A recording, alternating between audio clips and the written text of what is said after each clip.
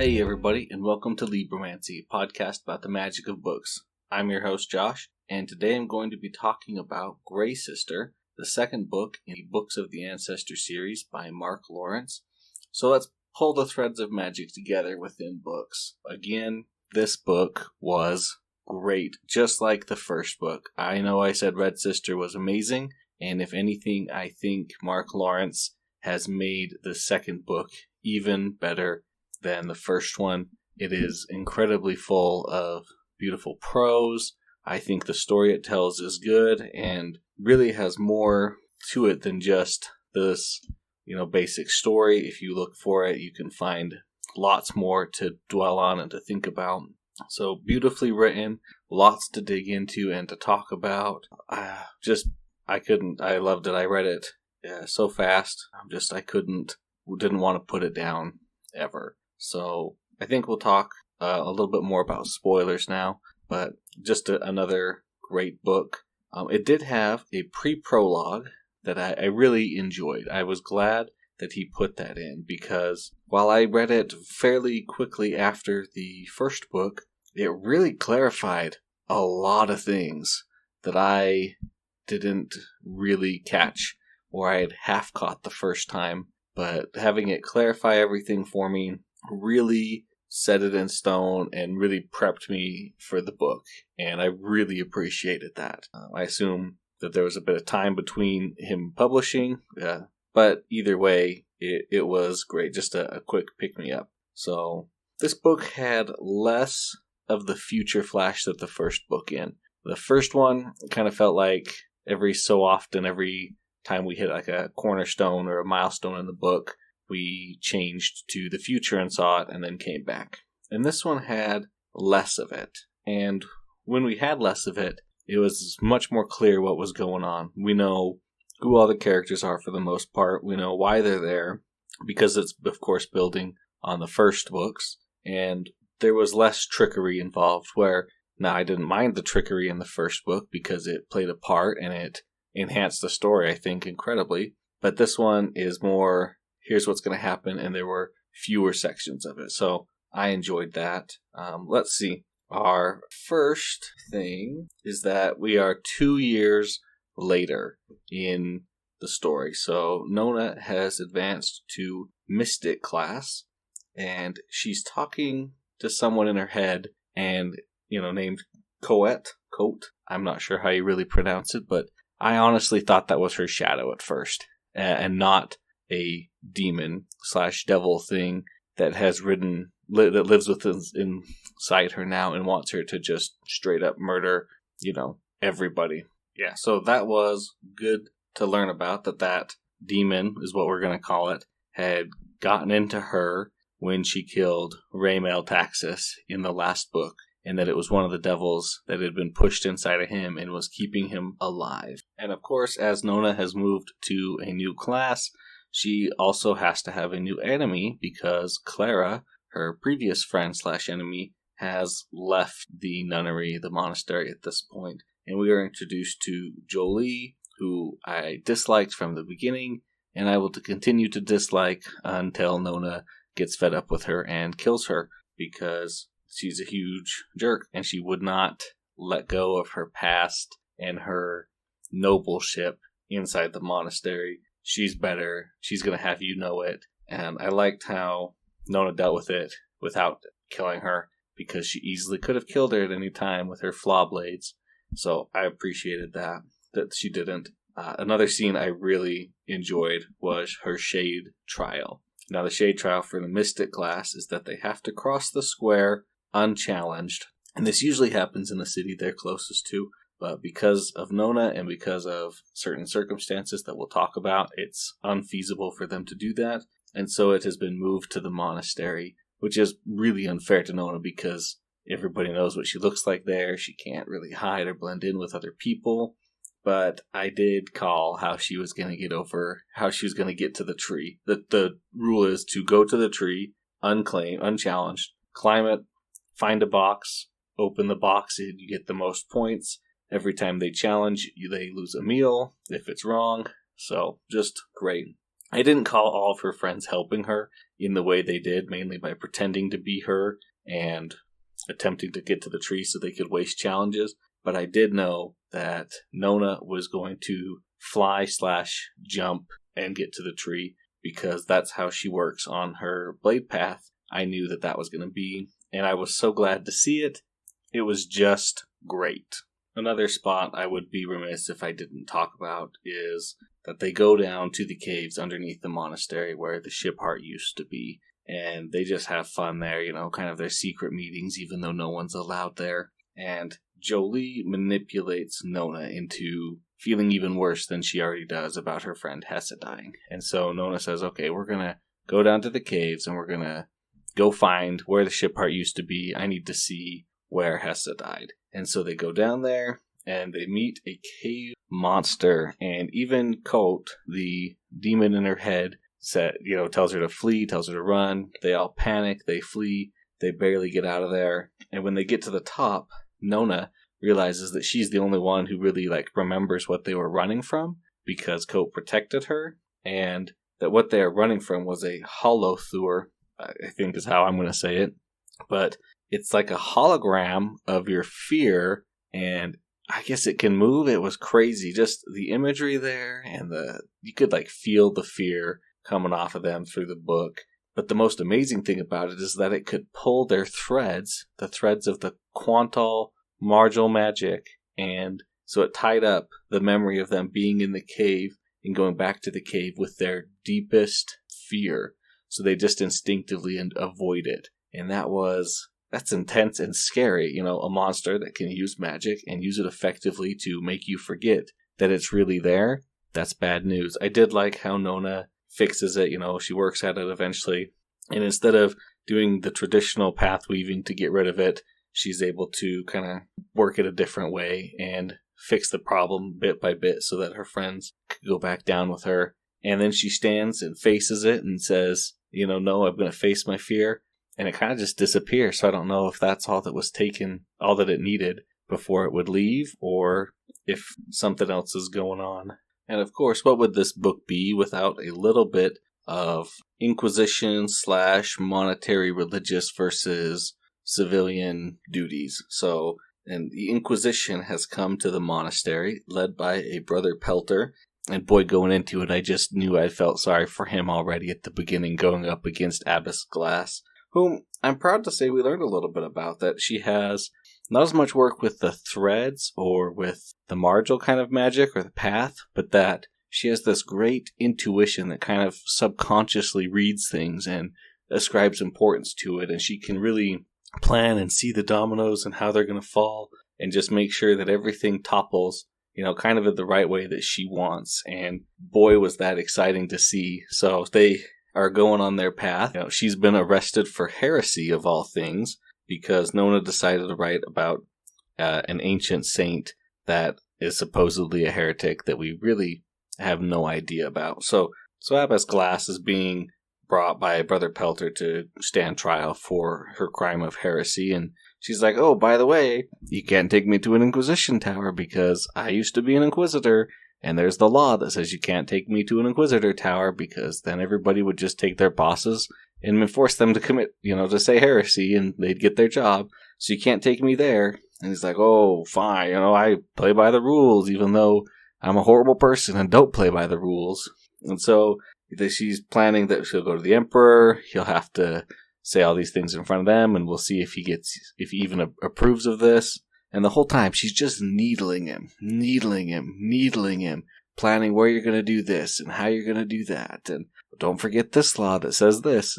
Oh, did you happen to forget this law that says this?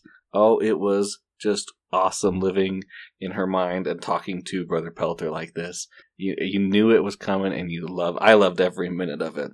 So they get closer, and Brother Pelter reveals, I've tricked you. We're not going to the Emperor.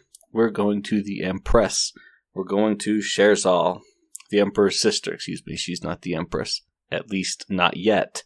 Because when we get there, the Inquisition is the greatest thing ever. Brother Pelter says, okay, I'm accusing you of heresy. And Abbess Glass is like, well, okay, I plead not guilty, and I don't plead innocent. Guilty. I plead special circumstances. And they're like, what special circumstances exclude you from heresy? And she's like, well, if you look at this note that I have in my pocket. And so they pull it out, and she has a thing that says she's allowed heresy. So funny, just like the fact that she had prepared it and brought it and hidden it the whole way. And then she's like, well, what are we doing? They're like, what are we doing here for an inquisition then? She's like, well, if you look in my other pocket, you'll find another paper. And it's a paper that allows Sherzal to be interrogated and imprisoned for sending Yisht to steal their ship Heart. And it was beautiful seeing that scene unfold. Because honestly, I had no idea how Abbess Glass was going to get out of that situation alive, and how she was going to get her position at the monastery back. I was really hoping that she was going to, but I really didn't know. And so, of course, Sherzal is about to start being questioned for stealing the ship Heart, and she basically says, yeah, I did steal the ship Heart, and I did, and this is why. I stole the ship Heart so that I can use it and the other ship Heart that we have, along with the 2 ship Hearts that the Barbarian Queen has, and we're going to use it to control the Ark and control the moon, and basically freeze all of our enemies to death and keep our lands warm and prosperous and make them bigger. And everybody flips out at that. There's people going for it, there's people against it, big riot goes out. Oh my gosh. And I guess now it's actually time to return to Nona.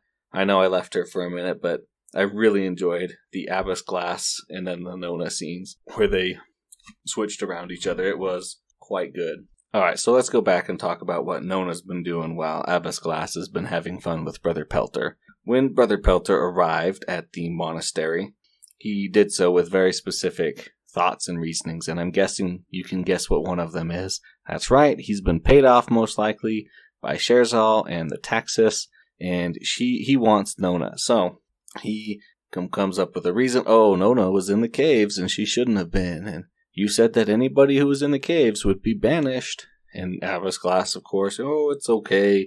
I was in a state of anger when I made that proclamation.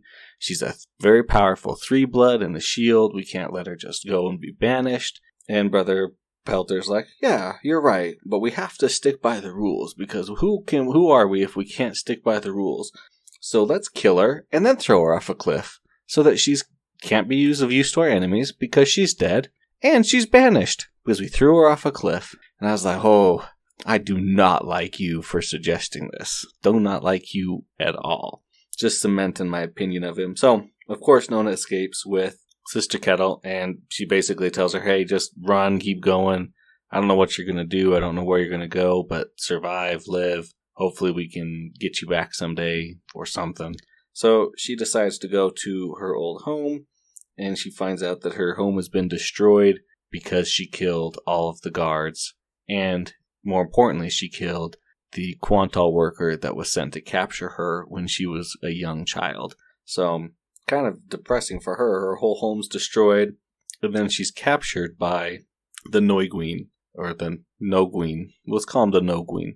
And so she is taken back. They keep her trapped and very well secured the whole time.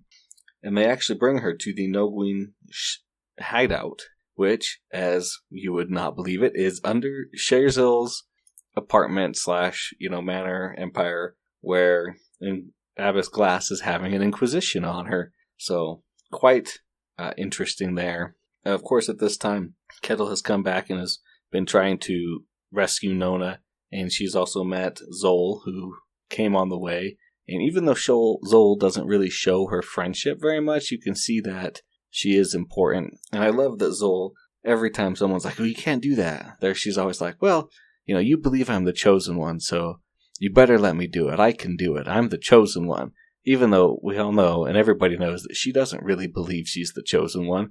Because, of course, as we learned in the last one, the chosen one prophecy is basically false and doesn't really mean anything. So while in the Noguin hideout, Nona is held captive. She is given chances to kind of escape, but someone's always watching her and preventing her from escaping. And then Raymel's father walks in, and he tortures her with a torture stone, pain stone, oh man, that sounded bad. You just touch it to your skin and it turns on and makes you hurt. And of course that provides her with the determination to get out. Not that she was lacking any, but it provides her with a little bit more, and she starts to get free. That whole scene was great, where her and Sister Kettle are both kind of running around doing their own things. I loved that we got to see Sister Kettle in action, doing what she does, not best, but pretty good, and just fighting and killing and stopping. It was great. Then we meet Yisht, because Nona does not want to leave without the ship heart that was stolen from them. And Yisht is covered in the demons that Nona is plagued with. Nona's plagued with one, Yisht has many. And while Yisht was powerful before, she's even more powerful now. It's quite crazy, but Nona is able to fight Yisht to kind of a standstill, less of a standstill and more of a, you just haven't killed me yet. And then somehow pushes her demon coat into Yisht, which causes a huge problem because these demons are like mental beings, and putting them in, they would fight for territory or control, and so it really pushes them in. When she pushes it in, it makes it a lot tougher for Yisht. She collapses. They're able to escape, but not with the ship heart, because the ship heart is what creates the demon things. And I have a small theory about that they represent a vice of the person, whoever they are, that is near the ship heart. And then when you overcome that vice, that makes you more stronger in the ways of the Quantal or the Marjal, because Nona's abilities have really progressed in this book in those two fields. And the only difference is this really that she was near the ship heart and has this demon. And the more you give into its desire, for quote, it was to kill people, the bigger, the stronger it gets on you. And the more you do the opposite, or spare people or show mercy, in Nona's case, the smaller it gets and the weaker it gets.